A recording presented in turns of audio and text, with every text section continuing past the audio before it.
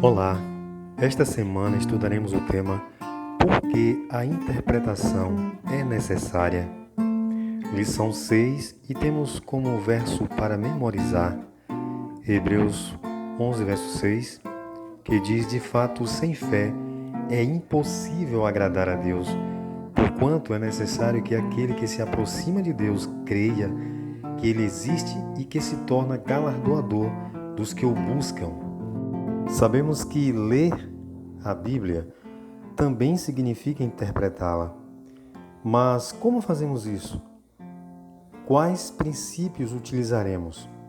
Como lidamos com os diferentes tipos de escrita encontrados ali? Como no caso do verbo, a conjugação e o contexto podem fazer grande diferença na hora de traduzir uma passagem da Bíblia. Quando sabemos disto, fica mais fácil entender uma aparente contradição bíblica, pois em alguns textos, por exemplo, é dito assim: Deus não é homem para que minta, nem filho do homem para que se arrependa. Números 23, 19. Mas em Gênesis 6, verso 9, se afirma: então se arrependeu o Senhor de ter feito o homem na terra, e isto lhe pesou no coração. Como entender isto? Simples: o contexto e o modo verbal. Quando queremos dizer em hebraico que alguém cometeu um erro ou pecado, ele, portanto, se arrependeu, usamos a palavra shuv, que seria uma forma de descrever o seu sentimento. Ela é a mesma palavra que aparece em Jonas, capítulo 3, verso 8, para falar do arrependimento dos ninivitas.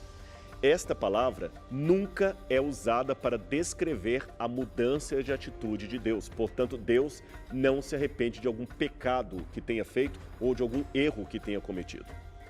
Já no caso do arrependimento de Deus, o verbo que encontramos traduzido por arrepender é naham, que dependendo do modo como esteja conjugado, pode significar compaixão, consolo ou uma profunda tristeza por algo que está diferente do que você gostaria. Veja, o que muda o sentido do verbo não é uma questão meramente teológica, abrandar o sentido do verbo para desfazer a contradição bíblica, não é nada disso. É uma questão puramente gramatical.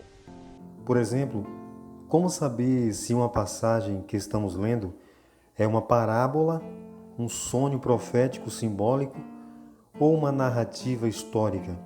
A definição de uma questão tão importante do contexto das Escrituras envolve em si o ato da interpretação.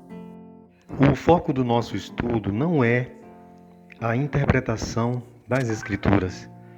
Nós sabemos que há uma necessidade sim da interpretação, mas o nosso foco é por que esta interpretação ela é necessária.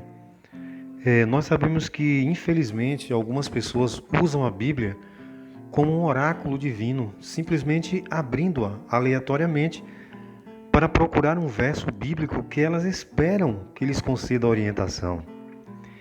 Mas relacionar aleatoriamente as passagens da Bíblia, à medida que as encontramos, pode levar a conclusões muito equivocadas. Vamos imaginar, por exemplo, a seguinte situação. Quando o marido abandonou a esposa por causa de outra mulher, essa esposa resolve abrir a Bíblia de forma aleatória e, coincidentemente, encontra o texto de Gênesis 3,15. Porém, inimizade entre ti e a mulher. O que ela vai pensar, então, com base nesse verso? Ela vai ficar convencida de que o caso de seu marido com a amante não durará. Há um grande perigo e confusão em ler a Bíblia dessa forma. Qualquer texto sem contexto se torna rapidamente um pretexto para nossos próprios interesses e ideias. Vamos imaginar também a seguinte situação, onde alguém consiga, numa leitura superficial, unir Mateus 27,5 com Lucas 10,37. Mateus 27,5, Judas se enforcou. Lucas 10,37, Jesus lhe disse: vá e faça o mesmo. A Bíblia jamais pode ser estudada de forma superficial. Esta semana nós vamos nos concentrar na importância da interpretação e como esta é tão necessária. Oremos então.